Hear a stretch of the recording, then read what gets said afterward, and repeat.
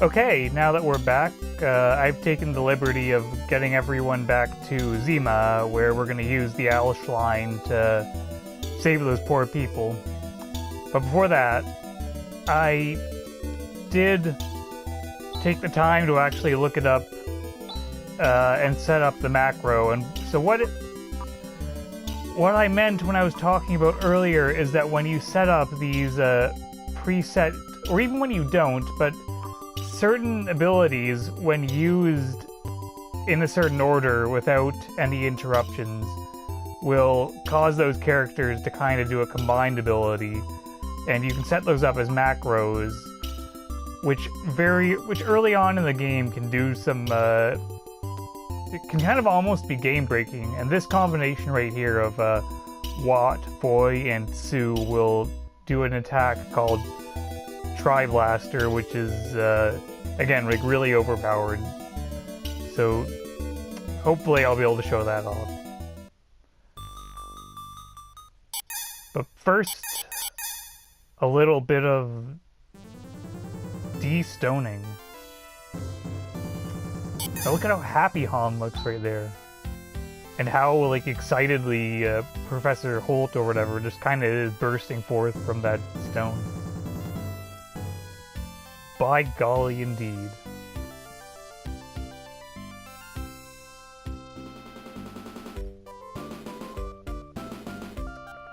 Yeah,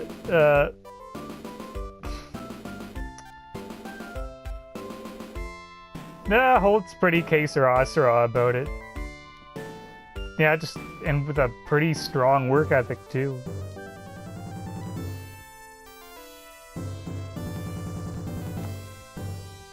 Well, looks like it's back to business for these people.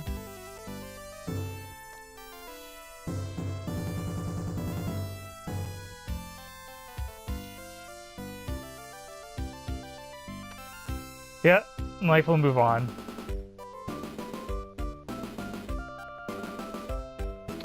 Yeah, why don't we call it quits today? You know, nice time recording and everything.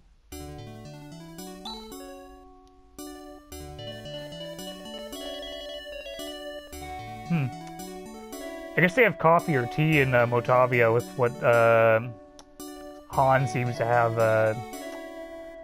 that sort of beverage.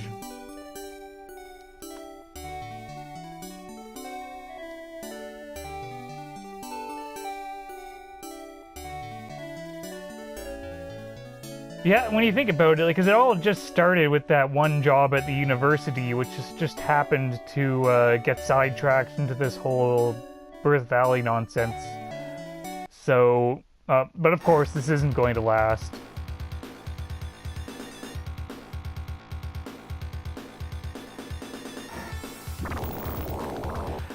And it's this jerk again.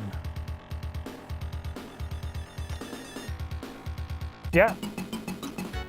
And he's, or she, or it is just not any more difficult, so. Yo, look at that. Good times.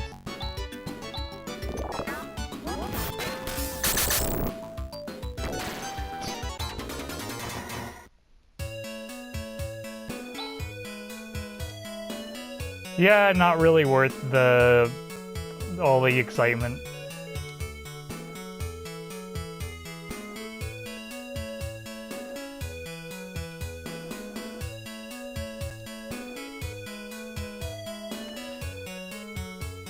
Yeah, that's just mean. It's just, at this point, it's kind of like, getting really mean-spirited on Alice's part.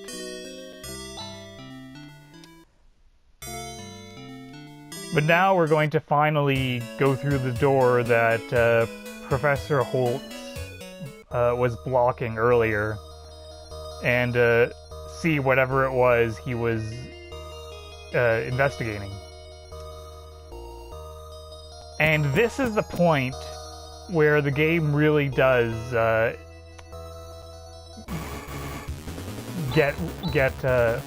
see, we already have a new enemy.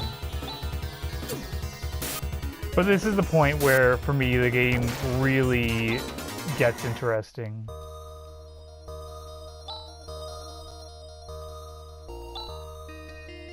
Because we go through this door, and suddenly we're in this very, it's like a shock after spending the first hour or so in this very low-tech kind of rundown setting, to go through here and just be in this suddenly very like high-tech place. But there's another side to it as well, because in Phantasy Star 2, this planet is covered with these facilities like that look like this, that you spend a significant amount of the game going through, and so this is again that sense of continuity, that this is the same setting and that these places are still here but just no longer manned. But also importantly, they're a little bit more perspicuously designed. They're no longer the crazy mazes of Phantasy Star 2, and are a little bit more sensible. In particular, look at this line. And I really like it because it basically shows you the critical path to something. Maybe not, I mean, in this dungeon it pretty much just leads straight to the end of it. But that, it gives you a good visual indication of where you should go, while also having just enough, because especially as the game goes on, it elaborates a little bit on the idea. Just a little bit of leading, but not enough that it feels like it's holding your hand, I guess. And it makes sense in the in-game too that, you know, if you have this facility, you have lines to help people find their way around. So,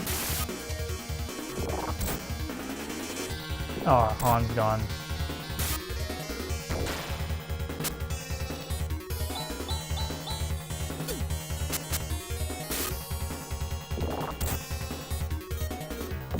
Whoops,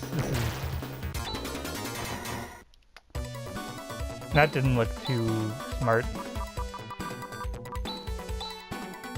Somehow the body became lighter. Whatever that means.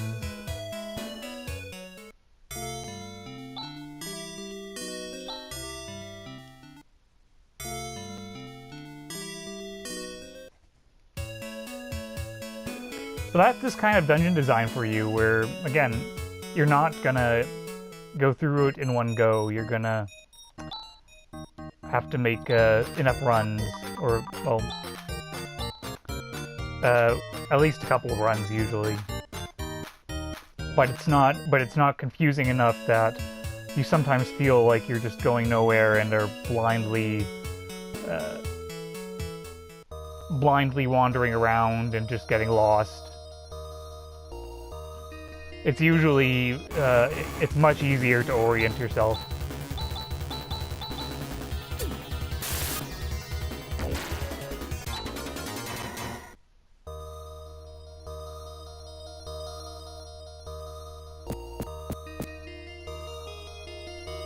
You know what? Yeah, why not use the fast-forwarding thing to get back to the interesting part?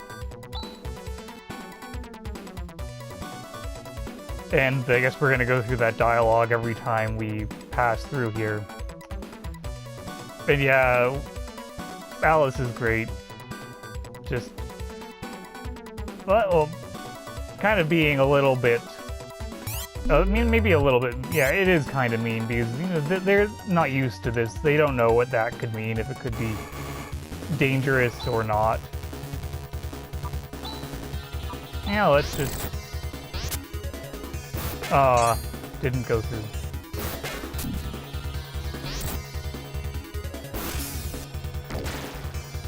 And that's kind of a thing I've noticed in this game, is that the characters really will love to lay into each other.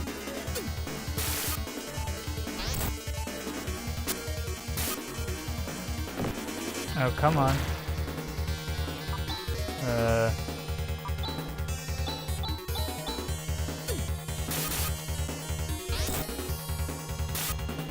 Sweet, okay. I was worried that either Chaz or Han were gonna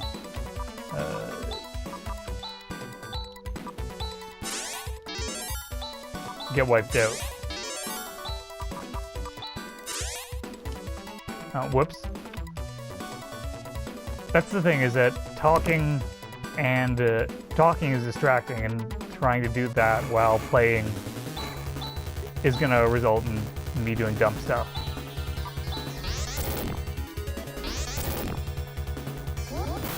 There we go. That's the good stuff.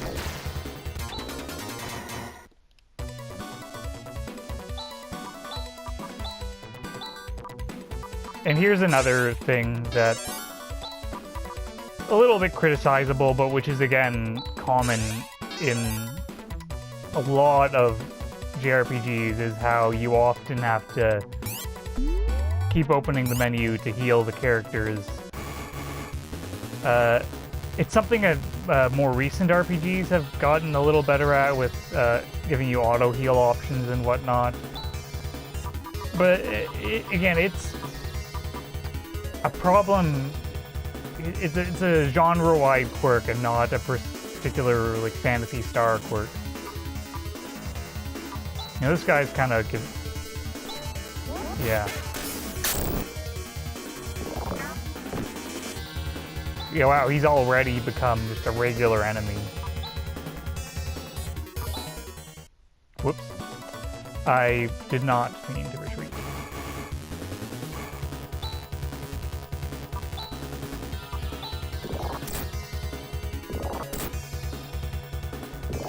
Aw.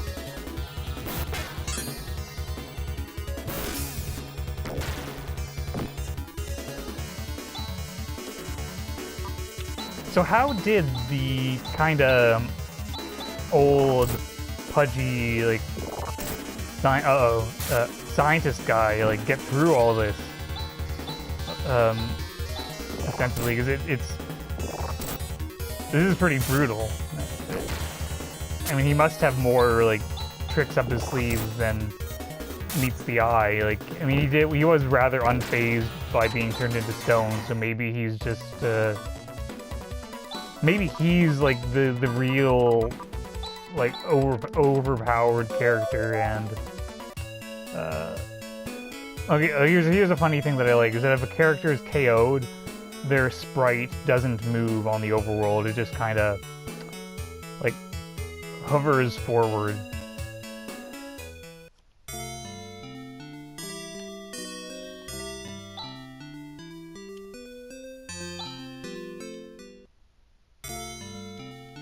Alrighty.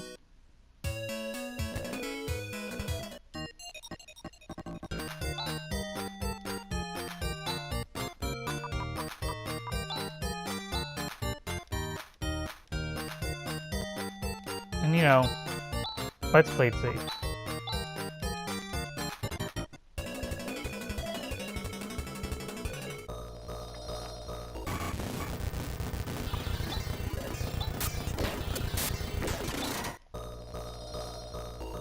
Whoops.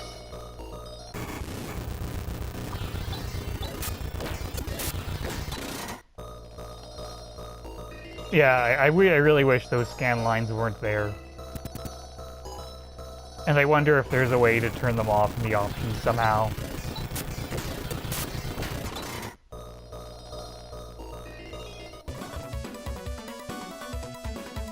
Okay, third time's the charm. I mean, by this point, they should maybe stop freaking out, because it's been the third time they've gotten the red light treatment.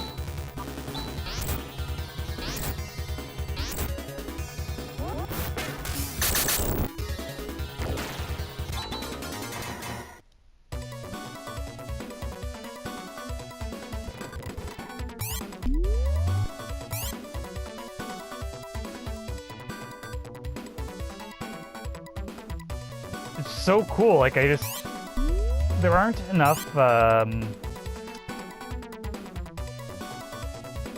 JRPGs that really embrace the, you know what, that really embrace this kind of really, like, space opera, slightly Star Trek, like, Asimov-ish aesthetic, and actually pull it off well.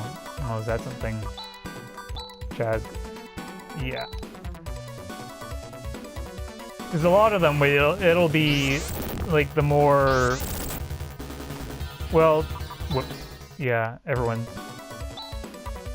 It'll be, like, either, like, the Final Fantasy VII style, where it's technically fantasy, but with, like, a little bit of, like, sci-fi, like, sprinklings in there.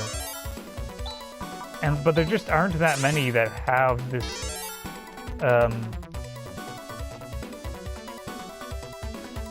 just kind of go, like, full-on into there.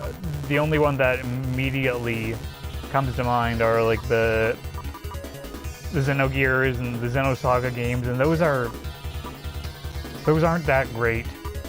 Especially Xenosaga. Like, that's actually a good example of what I mean by games sometimes having very lopsided,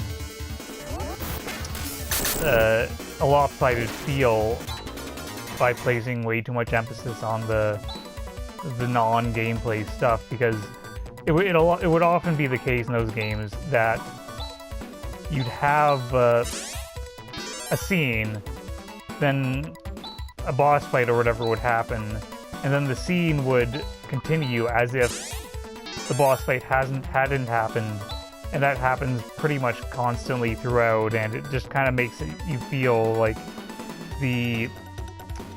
what you're doing is completely superfluous, and that you're not really a participant in the story at all. And on top of that, the writing in those games was pretty bad. Like, when people make fun of JRPGs, it's kind of like the cliche of what they're...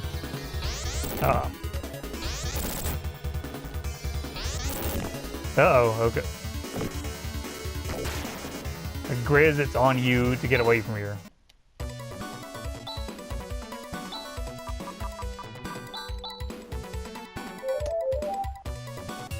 Good thing for those escapipes. I'm not really sure how they do the job, but there you go.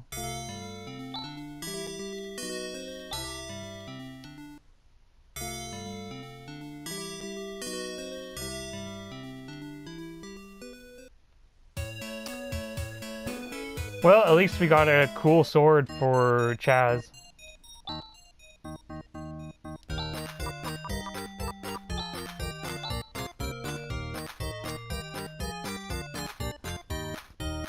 Will I succeed?